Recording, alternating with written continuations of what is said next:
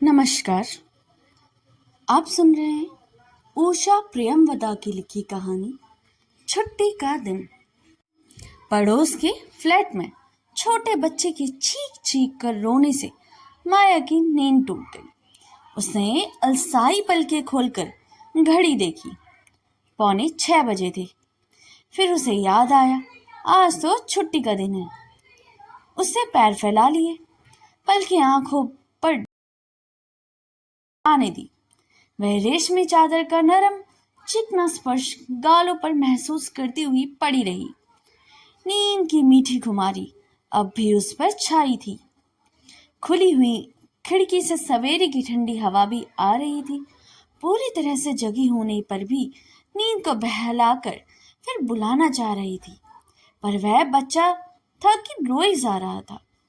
छोटा सा कोमल गोरा गोरा बच्चा, गोल मुंह पर भवों की जगह पतली सी लकीर, लंबे लंबे रोशनी पलक।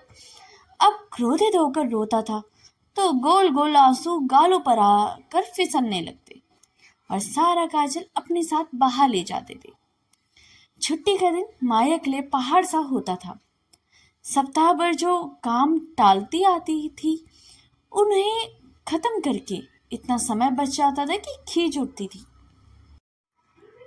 छुंछला उठती थी। और जब भाई बहनों के साथ घर पर रहती थी तो समझ भी ना पाती थी कि इतवार कब आ गया और कैसे पंख लगाकर उड़ गया। रोज की तरह आज भी चेती दरवाजे पर धक्का देने लगी। तकिए में मुंह गुड़ाकर माया ने अनसुनी करने की चेष्टा की, पर लगातार धक्कों के साथ चेती ने बीबी जी की पुकार लगानी शुरू कर दी। तो माया ने ठंडी सांस ली, चादर हटाकर आंखें मूंदे ही मूंदे उसे टटोलकर पैर स्लीपरों में डाले और दरवाजे की तरफ बढ़ी। अभ्यस्त उंगलियों की चटकनी गिरा दी और सवेरे सवेरे चैती का मुंह न दिख जाए इसलिए वापस मुड़कर अपने बिस्तर पे आ गई। उसका मन चैती को भरपूर डांट लगाने का रो रहा था, पर पलकों पर अभी भी कुछ भारीपन था, इसलिए वह चुप रही। चैती ने पहले नल खोलकर बर्तन उसके नीचे डाल दिए और करती हुई झाड़ू लगाने लगी। तब माया उठकर बैठी, हाथ फैलाकर अंगड़ाई ली, फिर जोर से कहा, सोने नहीं दिया ना? क्यों चैती? धोती का पल्ला कमर से खोसे झाड़ू हाथ में लिए पर्दा हटाकर चैती ने दर्शन दिए। कहा, सोती काहे नहीं? और पर्दे के पीछे गायब हो गई। माया उठकर खिड़की के पास आई। इधर उधर के फ्लैट में हलचल हो रही थी। एक तरफ दूध वाला अपनी बाल्टी में मैला गंदा हाथ बार बार डालकर दूध नाप रहा था। हर बार नाप का बर्तन बाल्टी से टकराता और फिर लोटे में दूध गिरने की आवाज के साथ दूध वाले का मोटा खरखराता कंठ कहता, 4 5 6। माया ने गुसल खाने में जाकर बेसिन में नल खोल अपने हाथ उसके नीचे कर दिए। पानी की तेज और ठंडी धार हाथों पर पड़ती रही। चौके से चेती का खटपट सुनाई देती रही। माया ने गीत की एक कड़ी गुनगुनाने का प्रयत्न किया, पर आवाज बेसुरी हो गई। उसकी आंखें बेसिन के ऊपर लगे शीशे में अपना प्रतिबिंब देख रही थी। सुना मुंह, सुनी आंखें। एक क्षण उसे लगा कि यह प्रतिबिंब किसी और का है। वह स्वयं कैसे थकी, इतनी टूट सी हो गई थी। शीशे के अंदर से वह अनजान सी युवती माया को जैसे पहचानने की कोशिश कर रही हो। ऐसे देखती रही जब तक कि माया ने भीगे असहाय विविश हाथों से अपने बाल छूते हुए दृष्टि हटा कर ना ली। उजले सफेद बेसिन के किनारे पानी की बूंदें फिसल रही थी। माया की आंखों पर एक बूंद पर टिक गई, जैसे सूरज की पहली किरण ने इंद्रधनुषी रंगों से सजा दिया था। बूंद हिली, फिर चिकने बेसिन पर फिसलती हुई पानी की धारा में मिल गई। माया ने रुकी हुई लंबी सांस बाहर आ जाने दी, फिर अपने मुंह पर जैसे काबू पा दोनों हाथों से अंजुलियां भर भर कर अपने मुंह पर जोर से छींटे देने लगी। उसी तरह पानी भरती और मुंह पर उछाल देती। बिना कुछ सोचे, बिना कुछ सोचने का प्रयत्न किया। फिर उसने नल बंद कर दिया, तौलिया उठाया और उसको नरम नरम रोए में अपना मुंह छिपा लिया। कुछ देर बाद उसने हाथ बढ़ाकर तौलिया स्टैंड पर फेंक दिया। तौलिया जमीन की ओर तेजी से गिरी, पर तभी खूंटी में से उसका कोना फंस गया और वह झूलती रही, धीरे धीरे बेबसी। पर माया ने उधर नहीं देखा। वह फिर पंजों पर जोर दे शीशे में झांकने लगी, एक अदम्य आशा लिए कि शायद इस बार वह झांकने वाली युक्ति पहले से भिन्न हो। वह कुछ भिन्न थी भी। आंखें कुछ जरा सी फैली थी बिरोनियों में। बोए में चिकना गीलापन था। उजले कुएं में बड़ी सी तरल पुतलियां, होठों में कोमलता। माया के देखते देखते वह खींची और खुल गए, और छोटी सी मुस्कान ने सारे चेहरे पर एक कमनीय संगिद्धता ला दी। माथे के घेरे हुए जो बालों की लटें थी, बूंदें उछली थी। माया ने गर्दन मोड़ी तो कनपटी के पास एक बूंद में उसे रंग दिखाई दिए, ढेर सारे रंग, चमकते हुए, झलमिलाते हुए, तड़पते हुए। कहीं वह गिर ना जाए, इस डर से माया शीशे के आगे से हटाई, दरवाजा खोला और कमरे में आकर कुर्सी पर उठाकर बैठ गई। हाथ गाल पर टिकाकर सोचा, और अब चैती पास की मेज पर चाय पहले ही रख गई। रोज की तरह मोटे पतले बेढंग, कहीं गीले कड़े कड़े टोस्ट थे। रोज रोज का सुनहरी धारी वाला नाजुक प्याला था। वही कड़ी हुई कोजी थी जिस पर एक चिड़िया पंख खोलकर उड़ने को तैयार थी। वह उड़ेगी नहीं, उड़ सकती भी कैसे? उसे देखकर माया का मन एक निरर्थक आक्रोश से भर उठता था। उसका मन हुआ कि पैर से ठोकर मारकर मेज उलट दे और सारे बर्तन खनक कर जमीन पर गिरे।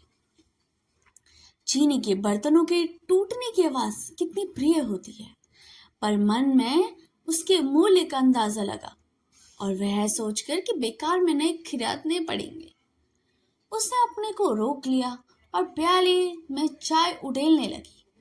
गरम गरम चाय को गले से उतार वह फिर खिड़की के पास जाकर खड़ी हो गई। नीचे सड़क थी, कहीं कहीं तारकोल हट जाने से बड़े बड़े धब्बे थे, कहीं गहरे गड्ढे थे। अगर किसी तांगे का पहिया उसमें फंस जाता तो चाबुक फटकार कर तांगे वाले को एक गाली दे उठता। अगर रिक्शे का पहिया होता तो रिक्शे वाला जोर लगाकर निकलने की कोशिश करता, और अगर तब भी ना निकलता तो सवारियों को उतरना पड़ता। इस बाधा से उसके चेहरे रोज से लाल हो जाते, और बाद में मैंने अगोछे से माथा पोंछता रिक्शा वाला और सवारिया सड़क की ऐसी हालत पर दुख से सिर हिलाते नजरों से दूर हो जाती। सड़क के उस पर एक इमारत थी, बड़ी सी पुरानी सी, मरम्मत की सख्त जरूरत थी। सड़क की तरफ मुंडेर थी जिस पर एंटीगोनम की लता छाई हुई थी, और पोरकटों की धूमिली पीली दीवारों पर गहरे बैंगनी रंग में फूलती हुई घनी बेग बलिया थी, और वैभव की लचकती झूमती बल खाता। जब हवा आती तो माया अपनी खिड़की से अपने बैंगनी रंग के फूल टूट टूट कर उड़ते हुए देख सकती थी। उन 3 पंखुड़ियों के फूल में कितना रंग था, कितनी मधुरता, पर माया के दिल में वह एक घनी पीड़ा भर जाती थी। उस वक्त सूरज की किरणें बेगम बलिया की पड़क कर उसके रंग को और चटकीला बना देती थी। सुबह की हवा, कभी कभी कोई फूल नीचे भटक कर आ गिरता था। माया उसमें डूबी थी, रमी हुई थी। हाथ खिड़की पर टिके थे, आंखें सामने। उसे नहीं जाना कि कब चैती आई। जब पायदान के पास बैठकर उसे 2 बार झाड़ू जमीन पर पटकी तो उसने आंखें हटाई। वह कल्पना और स्वप्न थे। यह कमरा, यह दीवारें, यह बंधन, जीवन और सत्य, मालकिन का ध्यान अपनी ओर आकर्षित हुआ तो देख चैती ने कहा, खाएगा कि बनी है? इतवार का दिन है, छुट्टी का दिन, आज तो कुछ विशेष खाना बनना चाहिए। चैती को स्वामिनी का खोयापन अच्छा नहीं लगता था, ना खाबे का शौक ना पहरिए का। सिर हिलाते हुए उसने जो झाड़ू पटकी तो लाख की एक चूड़ी चट से टूट गई। उसे टुकड़े बीनते हुए चैती से कहा, का बनाई? कुछ भी बना लो, माया ने उदासीनता के साथ कहा। खिचड़ी डाल दे, व्यंग से चेती ने पूछा। आए खिचड़ी, वही बना दो, माया ने कहा। अब चैती ने कहा, ए बिटिया, तोहार अस्परानी हम ना ही देखा, ना कबो कछु खाए ना बनवाए। हमो आदमी हन, हमरो मन, हम खीर पूरी खाओ, कहे दैत है, हम दूध भी ले लिया है। चेती ठीक हो गई, पर माया ने कुछ नहीं कहा। हटकर चली आई और कपड़ों की अलमारी खोली। कुछ रेशमी कपड़े धोने के लिए सप्ताह भर से रखे थे, उन्हें बाहर किया और जाकर गर्म पानी में साबुन घोल कर डाल दिया। अनमनी होकर फिर आकर अपनी मेज पर बैठ गई। एक और कॉपियां रखी थी, उन पर धूल की गहरी परत थी। माया ने लाल पेंसिल उठा ली और धूल झाड़कर एक कॉपी खोली। गलतियों पर गहरे लाल निशान दिए, पर मन उससे नहीं लगा। हाथ बढ़ाकर पास की छोटी मेज पर से अखबार उठा लिया और खोला। अचानक वह कुर्सी खिसका कर उठ खड़ी हुई। घड़ी पर नजर डाली तो पाया कि बड़ी आसानी से 10 बजे की फिल्म देखी जा सकती है। जाकर फिर अलमारी खोली, कुछ सोचकर एक साड़ी निकालकर पलंग पर रख दी और तैयार होने लगी। अभ्यस्त हाथों से बाल ठीक किए, पाउडर लगाया, कुछ देर अपने को देखती रही और लिपस्टिक उठाकर अपने होंठ खूब गहरे लाल कर लिए। कपड़े बदले और चैती से कहा, मैं सिनेमा जा रही हूँ। चैती ने पूछा, कब तक हुई? यही 12 साढ़े 12 तक, और पर्स उठाकर बाहर आ गई। खुली खिड़की से हवा आई और अखबार के पृष्ठ उड़क कर फर्श पर गिरा दिए। खुली कॉपी के पेज सरकते हुए वेशभूषों का कोना हिलाता गया और हॉल में बैठी माया को लगा कि जिस अकेलेपन ने बचना चाहकर वह सिनेमा चली आई थी, उसी निष्कृति कहाँ हुई। अभी उसकी नितांत अकेले बैठकर सिनेमा देखने की आदत नहीं हुई थी। कुछ विचित्र अटपटा सा लग रहा था। इंटरवल में उसने एक उड़ती सी नजर से इधर उधर देखा तो पाया कि कॉलेज की संस्कृत टीचर मिसेस भारद्वाज भी कुछ दूरी पर है। उन्होंने भी माया को देखा और हाथ हिलाकर पास बुलाया। माने को उसका साहचर्य विशेष प्रिय न था, पर यह सोचकर कि एक से दो भले उठकर उनके पास चली गई। अकेली ही हो? प्रश्न हुआ। मिसेस भारद्वाज की तीव्र दृष्टि माया पर थी। जी, आज तो तुम पहचानी नहीं जा रही हो, कुछ व्यंग से मिसेस भारद्वाज ने कहा। उत्तर में माया ने मुस्कुरा दिया। तभी एक वयस्क ने सज्जन उनकी ओर देखते हुए पास आ गई। मिसेस भारद्वाज ने कहा, यह मेरे पति हैं, miss Bhardwaj, mister Bhardwaj.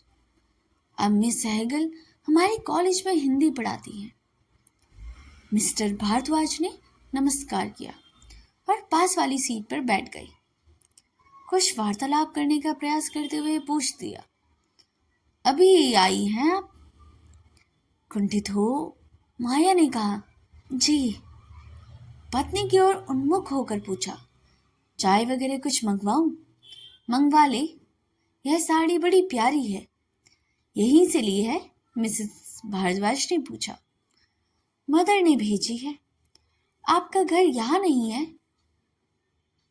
Mister Bhardwaj को जैसे कुछ बात करने का विषय मिला। जी नहीं। और फिर कहाँ? लखनऊ में है। वहां से आप नहीं यहाँ आई? इस छोटे से शहर में? माया की मुस्कान अनजाने में ही बेतहाशा पूर्ण हो गई।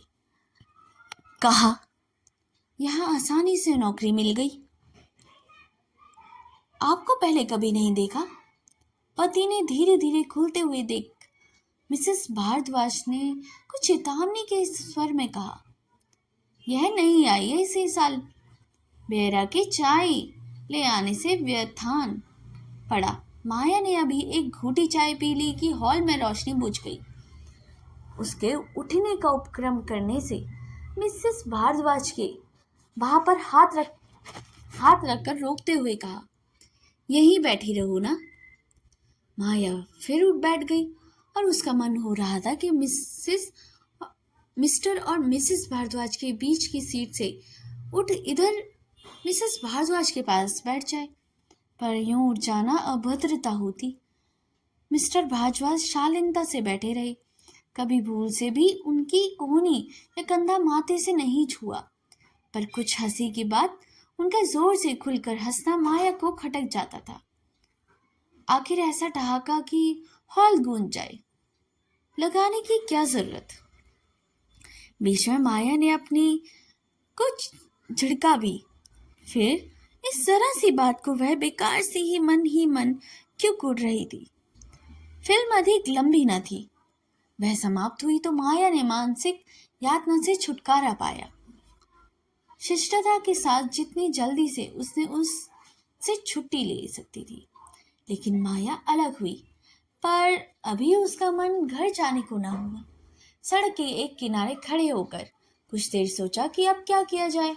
ध्यान आया कि दूर के रिश्ते एक भाई यहीं कहीं आसपास भी रहते हैं और माया के ना जाने का कई बार उल्हेना दे चुके थे। उनके घर आधा घंटा बिता आया जाए। पर्स में से एक स्लिप उनका पता लिखा था और उसको ढूंढ निकाला। घर उनका आसानी से मिल गया। बांसों की बांधकर एक घेरा सा बना दिया। कुछ सूखे सूखे टमाटर के पेड़ और कुछ गेंद फूल रहे थे। माया के दरवाजे पर थपकी दी। कुछ देर बाद में एक महिला अंदर से झांकी। अंदाज से सोचकर कि यही भाभी होंगी, माया ने नमस्कार कह दिया। चंदन भाई साहब हैं, मैं माया हूँ। भाभी में उत्तर मुस्कुराई और दरवाजा खोलते हुए, आइए। कमरे में एक गंदी सी निवाड़ का पलंग पड़ा, पास ही चारपाई जिस पर बिस्तर बिछा हुआ था। एक गंदी सी गद्दी भी थी और सिरहाने छोटे बच्चे के कुछ कपड़े। बैठिए। माया पलंग की पट्टी पर बैठ गई। भाभी की धोती मैली थी और उसमें से घी की तेज भी महक आ रही थी। आपने मुझे पहचाना ना होगा, चंदन भाई साहब की चाची हैं। न वह मेरी बुआ लगती है। समधन जानकर भाभी ने कहा, ओ बांदी वाली सासू जी, आप भतीजी हैं। उन्होंने जिक्र तो किया था। कहाँ है भाई साहब? माया ने पूछा। आज तो इतवार है, घूमने चले गए, उत्तर मिला। कब तक लौटेंगे? फिर यह देखकर कि वह अभी खड़ी ही है, माया ने कहा, आप भी तो बैठिए। चूल्हे पर तरकारी चढ़ी है। और उसका ध्यान आते भी भाभी बोली, अभी बस 2 मिनट में आई, कहकर कमरे से चली गई। माया उसी तरह पट्टी पर बैठी निरुद्देश इधर उधर देखती रही। कमरे के बाद बरामदा था, उसी के निकट शायद चौका, क्योंकि कढ़ाई में कलछी चलने की आवाज साफ सुनाई दे रही थी। फिर एक छनाका हुआ, शायद पानी डाला गया, और फिर हाथ में देरी लिए भाभी भी आई और कहा, उठिए, इसे बिछा दूं तो आराम से बैठिएगा। दरी बिछाते हुए कहा, आज तो आपकी छुट्टी होगी, इतवार है जी। जी, आपको तो खूब अच्छा लगता होगा। प्रश्न सुन माया कुछ देर चुप रही, फिर कहा, जी हाँ, लगता तो है। वैसे तो कॉलेज का काम ही करता है, कभी कभी इधर उधर चले गए, सिनेमा वगैरह। कभी सिनेमा से आ रही थी तो सोचा कि मिलते जाऊं। बड़ी हंसत से भाभी ने कहा, अकेले रहने में तो यही है। जो मन आया कर लिया। शादी से पहले मुझे सिनेमा देखने का बड़ा चाव था। मेरे एक चाचा गेट कीपर थे, सब मुफ्त में देखते थे। पर अब तो साला 1.5 साल से कोई सिनेमा ही नहीं देखा। मुन्ना छोटा है, घर में कोई नहीं है, छोड़े तो किस पर, कौन सी फिल्म देखने। देखी आपने? माया ने फिल्म का नाम बताया। अंग्रेजी की थी। भाभी बड़ी सच्चाई से बोली, भाई हमें तो कुछ समझ में नहीं आता, एक दो बार गए भी पल्ले ही नहीं पड़ा। फिर रुककर भाभी ने पूछा, आप तो शायद बीए होंगी। जी नहीं, एमए, आहिस्ता से माया ने कहा। भाभी ने एक लंबी सांस ली और कहने को कुछ मुंह खोला, फिर रुक गई। बात बदल कर कहा, खाना परोस दूं आपके लिए? जी नहीं, नौकरानी ने बनाकर रखा होगा, अब मुझे चलना चाहिए। कुछ देर रुकिए तो सही। भाभी ने स्वर में कुछ आग्रह नहीं था। माया जैसे एकदम उठती हुई बोली, अब चलूं? भाभी जी कभी हमारी तरफ भी आइए, कहूंगी उनसे, लाना ना लाना उनके हाथ है। भाभी ने जल्दी से हाथ जोड़ दिए। बाहर निकलते हुए माया को लगा कि अब बेकार ही आई, भाभी को शायद काफी काम हो। पहुंचकर बाधा दी, घड़ी पर नजर डाली, 12:15 बजे थे। कुछ कुछ भूख भी लगाई। बांस की फाटक खोलकर पड़ी ही थी कि चंदन से भेंट हो गई। अरे वाह माया, किधर जा रही हो? पकड़े जाने से पर माया ने रुककर कहा, घर जा रही हूँ, आई थी आपसे ही मिले ही नहीं। अब तो मिल गया, चलो चलो अंदर चलो। अपनी भाभी से मिली? जी भाई साहब, अभी माफी मांग चाहती हूँ, फिर आऊंगी। वह नहीं माने और बेतकल्लुफी के से उनका हाथ पकड़ लिया और कहा, नहीं, बिना खाए नहीं जाओगी। माया ने हाथ छुड़वाने का प्रयत्न किया, पर चंदन हाथ पकड़े ही अंदर तक ले गए और जोर से पुकार कर कहा, सुनो, एक मेहमान आए हैं। भाभी चौकी से बाहर आई और देखा, फिर कहा, मैंने तो पहले ही रुकने को कहा था। फिर माया की मुख की ओर देखकर बोली, हाथ तो छोड़ दो बेचारी का। उनके कहने का ढंग ऐसा था कि चंदन ने तुरंत हाथ छोड़ दिया। फिर कुछ अपराधियों की तरह कहा, खाने का इंतजाम करो, हो रहा है। तो खाई से कहकर वह वापस चली गई। चंदन और माया ने स्पष्ट रूप से महसूस किया कि उन्हें प्रसन्नता नहीं हुई है। माया ने फिर कहा, भाई साहब बेकार झंझट होगा, मेरी नौकरानी इंतजाम कर रही होगी। झंझट क्या, खाना अभी बन रहा है। स्वर ऊंचा कर उन्होंने पत्नी को पुकारा, सुनो, जरा जल्दी कर दो। अंदर से उत्तर आया, कर रही हूं, पहले जरा मुन्नी को तो नहला दूं। तब माया जाकर उधर खड़ी हो गई। कहा, भाभी जी आपको परेशानी हो रही है, मैंने तो कहा था। भाभी धूप में बैठकर बच्चे को नहलाने की तैयारी कर रही थी। माया को भूख लगने लगी थी। जहां वह खड़ी थी वहीं से झांककर देखा, चूल्हा खाली था। बच्चा चीख चीख कर रोता रहा। भाभी उसे साबुन लगाती रही। उनके ढंग से लग रहा था कि जैसे आज ही रगड़ रगड़ कर बच्चे को गोरा कर देंगी। माया बैठी बैठी अपने को कोसती रही कि किस क्षण में उसे यहाँ आने को सोचा। आखिरकार भाभी ने बच्चे को पोंछकर कपड़े पहनाए और कपड़े पहनाकर पालने में लिटा दिया और कहा, जरा दही ला दीजिए, रायता बन जाएगा। नहीं नहीं, माया ने जल्दी से कहा, रायते की कोई जरूरत नहीं है। पर भाभी ने नहीं सुना। चंदन भाई साहब दही लाने को भेज दिए गए। भाभी चौके में जाकर खटर पटर करने लगी। बच्चा रोता गाया। माया ने उठाकर गोद में ले लिया, हिलाया डुलाया तो वह चुप हो गया। उसे कंधे से लगाकर माया ने बरामदे में कई चक्कर लगाए, फिर देखा वह सो गया। धीरे से लिटाया तो फिर वह जाग गया। उसके चीखने से पहले ही माया ने उसे फिर कंधे में लगा लिया और टहलाने लगी। घूमते घूमते उसके पैर थक गए, कंधा दुखने लगा, पर भाई साहब दही लेकर नहीं लौटे। भाभी जी रोटी बनाने का सारा आयोजन कर चूल्हे के पास चुपचाप खड़ी थी, बैठी थी। माया से कहा, देखा, जहाँ जाते हैं वहीं हो रहते हैं। 2 कदम पर बाजार है। फिर एकाएक उठती हुई बोली, जाने कब तक आएंगे, मैं नहा लूं, आप कहें तो मैं खाना परोस दूं। भाई साहब को आने दीजिए, माया ने कहा। भाभी उठकर अंदर गई। गुसल खाना बंद किया ही था कि भाई साहब आ गए। प्रश्न भरी दृष्टि से इधर उधर देखा।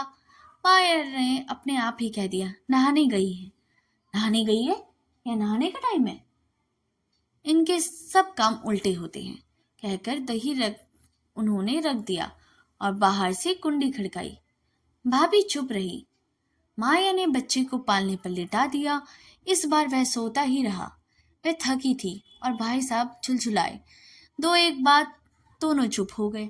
अब प्रतीक्षा करते कि कब भाभी निकले। भाभी साफ सुथरी धोती पहनकर बाहर आई, माथे पर बिंदी लगाई और मांग में सिंदूर छुआया। बिना किसी जल्दी से धीरे धीरे चौके पर आकर बैठ गई। रायता बनाया, चूल्हा फूका, फिर उन्होंने पूछा, कहाँ खाएंगे? चटाई बिछा लें, वह रखी हुई है कोने में। माया ने चटाई बिछा ली, सैंडल उतार डाले और हाथ मुंह धोकर चौके पर बैठ गई और थाली उठाकर बाहर ले आई। दाल एकदम ठंडी और पतली थी। रायते में काफी ज्यादा नमक। माया को बरबस की बनाई नरम नरम पूरियों और मेवे की खीर की याद आ गई। खाने के बाद कुछ देर वह और बैठी। जब भाभी स्वयं भी खा चुकी थी तब वह विदा लेकर आई। चैती शायद इंतजार करते करते थक कर चली गई। माया ने अपने पास की दूसरी चाबी से ताला खोला। घड़ी की सुइयां तीन पार कर चुकी थी। कमरे की छाछ में मधुर शीतलता थी। माया ने सैंडल उतार दिए, पर कुर्सी पर डाल दिया और चौके की तरफ गई। खाना सब ढका रखा था। पूरियां, सूखी मटर, दम आलू और गड़ी मेवे की खीर। लगता था कि चेती ने भी कुछ नहीं खाया है। कुपित हो भूखी ही घर चली गई। माया वहां से गुसल खाने में गई। उसकी आंखें जल रही थी। सोचा कि ठंडे पानी से धो ले। तब उसकी दृष्टि पड़ी उन कपड़ों पर जिन्हें गर्म पानी और साबुन में डुबोकर वह बिल्कुल भूल गई थी। उससे झटपट कपड़े अलग अलग उठा लिए। एक ब्लाउज का पीला और हरा रंग निकालकर दूसरी ब्लाउजों और सफेद सिल्क की साड़ी में लगा दिया। दोष अपना ही था, फिर भी ना जाने क्यों उसे रोना आ रहा था। रेशमी ब्लाउज के कच्चे निकल जाने पर, उसके कपड़े खराब हो जाने पर नहीं, बल्कि अपनी जिंदगी के पैटर्न, उसे खोखलेपन और सहाराहीनता पर, किसलिए वह घर बार छोड़कर इतनी दूर आकर पड़ी हुई थी। किसलिए वह सुबह से शाम तक कॉलेज में मगज पच्ची करती थी। इसलिए कि जिंदगी के दिन एक एक करके गुजरते जाएं और हर गुजरा हुआ दिन उसके जीवन का खालीपन और गहरा करता जाए। एक दिन सोचे कि इस जीवन में उसे पाया क्या, तो पता चले कि वह एक लंबे अनंत मरुस्थल की तरह था। माया ने ब्लाउज फिर उन्हीं कपड़ों में डाल दिया और आकर औंधी के पलंग पर बैठ पड़ गई। जब वह जगी तो कमरे में अंधेरा था। धूप न जाने कब खिड़की की राह चली गई थी। घड़ी की सुइयां अंधेरे में चमक रही थी। रोते रोते सो जाने से उसकी सिर बुरी तरह दर्द कर रहा था। इतवार की शाम को चैती नहीं आती थी। माया ने उठकर पानी पिया और कमरे की बत्ती जला दी। मेज के पास कुर्सी पर बैठ गई। मेज पर कॉपी खुली पड़ी थी। लाल पेंसिल के निशान चमक रहे थे। माया बहुत देर तक बैठी बैठी बाहर देखती रही। आसमान में एक दो तारे भी निकल आए थे। पड़ोस में दूध वाला बाल्टी खटका रहा था। धूप नापता रहा। मोटे से एक स्वर में कहा रहा था, 2 3 4। सीढ़ी पर ऊपर नीचे आते जाते जूतों की आवाज आ रही थी। गुसल खाने में कपड़े भीग रहे थे। चौके में ठंडा खाना रखा हुआ था और कनपटी के पास एक शीरा बुरी तरह दुख रही थी। धीरे धीरे आकाश काला हो गया। तारों की ज्योति में उज्जवलता आ गई। आने जाने वालों का रफ्त थम गया। माया एक सांस लेकर उठी। बिजली बुझाकर फिर पलंग पर लेट गई। उसे पता था कि नींद रात में बहुत देर से आएगी, फिर भी आंखें बंद कर ली थी। कहीं घड़ी से धीरे धीरे 8 घंटे की बजाना आरंभ किया। माया ने करवट बदली। अगला दिन काम का दिन। तो दोस्तों, यह स्टोरी यहीं पर समाप्त होती है। यह कहानी एक महिला माया के जीवन पर आधारित है, जो छुट्टी के दिन को एक बोझ समझती है। माया के लिए छुट्टी का दिन एक पहाड़ की तरह होता था। वह पूरे सप्ताह काम पर टालती रही। वह सोचती थी कि छुट्टी के दिन उन्हें पूरा करेगी, लेकिन जब छुट्टी का दिन आता तो वह ऊब और बेचैनी महसूस करती थी। मैं समझ नहीं पाती थी कि इतवार कब आएगा और कैसे पंख लगाकर उड़ जाया करे, लेकिन रोज की तरह चेती दरवाजे पर धक्के दे रही थी।